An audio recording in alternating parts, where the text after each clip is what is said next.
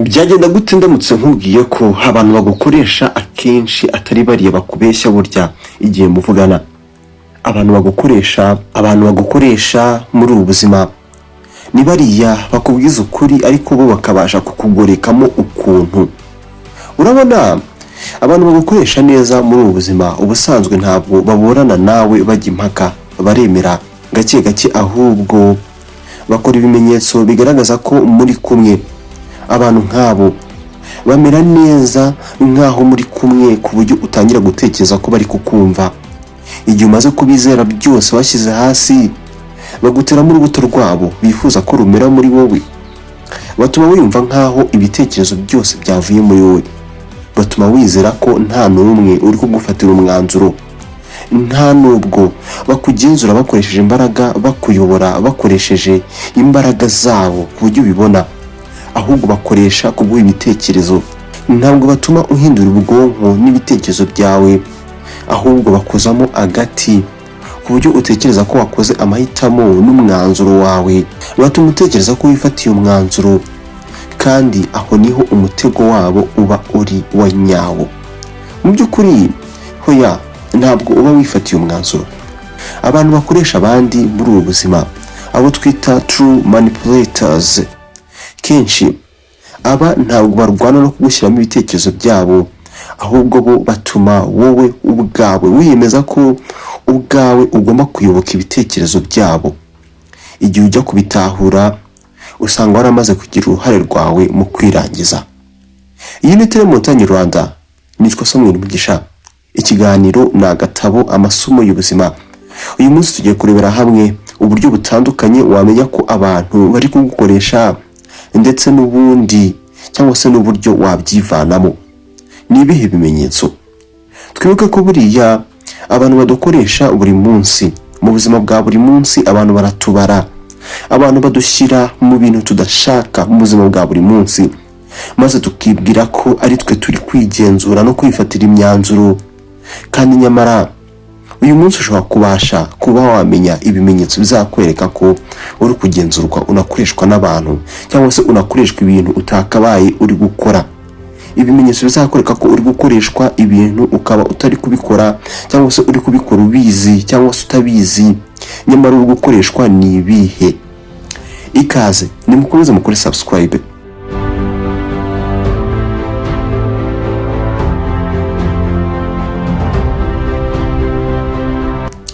Ni gute wamenya ko uri gukoreshwa? Ibimenyetso: iyo uri gukoreshwa kenshi wumva wacanganyikiwe kandi udatekanye. Buri gihe wumva hari ibidasobanutse, urahuzagurika, kandi ibyo bikaba buri uko umaze kubonana cyangwa se kuvugana n'umuntu. Buri gihe kurikira ibyiyumviro byawe, umutimanama wawe, kuko akenshi niba ukeka ko hari ikitameze neza, akenshi umubiri wawe uzabimenya cyangwa se urabimenya. Ikimenyetso cya kabiri, ukunda kwishidikanyaho. Buri gihe wibaza cyane ku bikorwa byawe, ukibaza uko bagufata abandi, kandi bikaba buri gihe nyuma yo kuvugana nabo. Icyo ni ikimenyetso kibi cyane. Abantu benshi bari kugukoresha usanga batuma wumva ushinzwe kandi ugomba gukemura ibibazo byabo. Abo bantu bandi uko biyumva, utangira kumva ari wo bireba, uko amarangamutima yabo ahindagurika, uko utuma biyumva.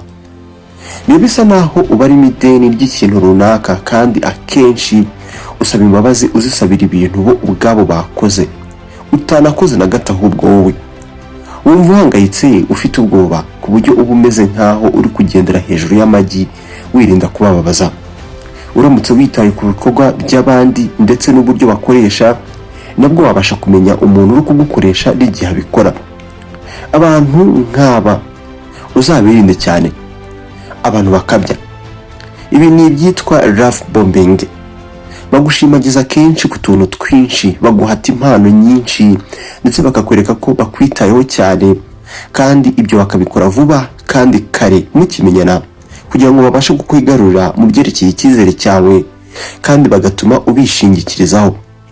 Igihe umuntu ari kugukoresha kandi akunda guhakana ibintu ndetse akabikwimuriraho, ibyo bakoze ntibabyemera, ariko kandi bakakwereka cyangwa se bakakwemeza ko ari wowe wabiteye byose. Abantu nk'aba bari kugukoresha bagira ibikorwa bivuguruzanya cyane. Buri gihe bahindura amagambo yabo n'ibyo bavuze cyangwa se n'ibyo bakoze. Ibyo bavuze byivuguruza kenshi. Baba bameze nk'abakohereza ibimenyetso utapfa gusobanukirwa ku buryo uguma wafatiyemo hagati. Ikindi kimenyetso uzabona kikakubwira ko umuntu ari kugukoresha ni ukugutandukanya n'umuryango wawe cyangwa se inshuti. Umuntu iyo ashaka kugenzura cyangwa se kukugenzura wowe n'ubuzima bwawe no kugukoresha, ubundi agerageza ibishoboka byose akakujyana kure ya ba bandi bose bashobora kugufasha. Aba barimo umuryango wawe, inshuti zawe n'abandi bose ba hafi bagufasha, agamije ikintu kimwe, ko wisanga wishingikiriza kuri uwo muntu wenyine. Inshuti wari usanganwe azagerageza kuzigucaho. Akenshi akoresha intege zawe nke ndetse n'indangagaciro zawe ubwazo akurwanya. Iki gihe azikoresha ashaka kubona ibyo agushakaho. Nk'urugero, tuzi ko hari abantu ubwabo ukuntu bateye bagira impuhwe, ugasanga nk'iki kintu bahora bakigutega bati ariko urabizi ko atari uko uteye, ibintu nk'ibyo, ku buryo wisanga wabahaye byose mu byo bashaka. Hari n'abakoresha ikintu cyo kuba udakunda kwakira ko ibintu byakunaniye, batari urabizi ko uri umuntu urinda ijambo ryawe. Ibintu nk'ibyo, ibi ngibi bizatuma ubaha byose bashaka. Bagera kure bakaba bakoresha icyitwa the victim role cyangwa se pity ploy.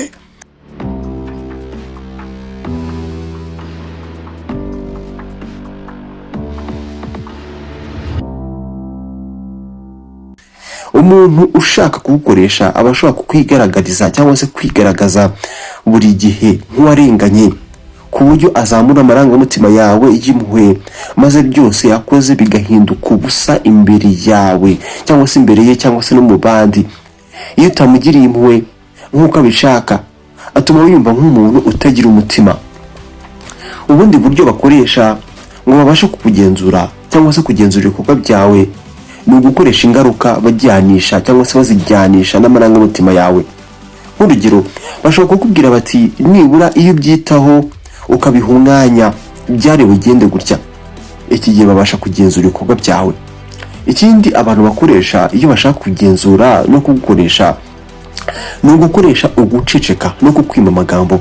Ibi bakabikora bameze nk'abaguhana, nk'abagushira mu gihano, gusa bo baba babizi, baba bashaka kugenzura ibikorwa byawe. Umuntu arakurika akanga kukuvugisha ukundi. Niba umukeneye nk'igihe mufitanye amakimbirane, ntabwo akuvugisha kugeza igihe wowe ubwawe ugeze icyo ubikoraho. Ni gute wakwivana ndetse wakirinda kuba wakoreshwa n'abandi? Reka tubirebe nabyo.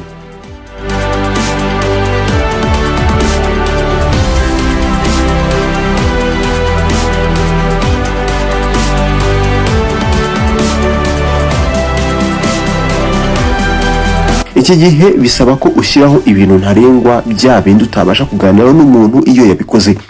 Hamwe uvuga ko yarengeye. Abantu bakoresha abandi basuzuma cyane bene iki gice, ni ngombwa kugishyiraho imbaraga cyane. Kwirinda gukoreshwa n'abantu biba bisaba ngo ujye ukunda gufata umwanya wo gutekereza aho guhita ukora ibintu igihe cyose usagariwe. Ntugafate imyanzuro yawe ku gitutu.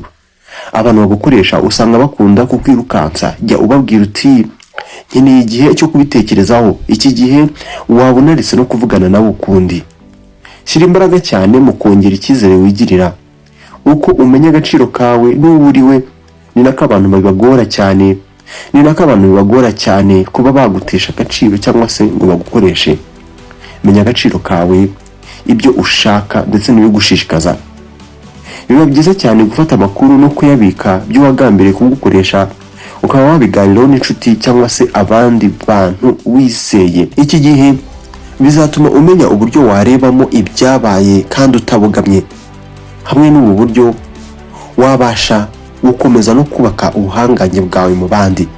Ariko kandi Iyi ni Télé Montagne Rwanda, ibiganiro nk'ibi ni hano bikurikira. Iki ni ikiganiro uramutse waba wagikunze, dore ikindi nagushyiriye kuri screen yawe wareba, kandi nanagishyize muri comment hasi muri iyi video, munsi y'iyi video. Nitwa Ismael mugisha, naho ubutaha.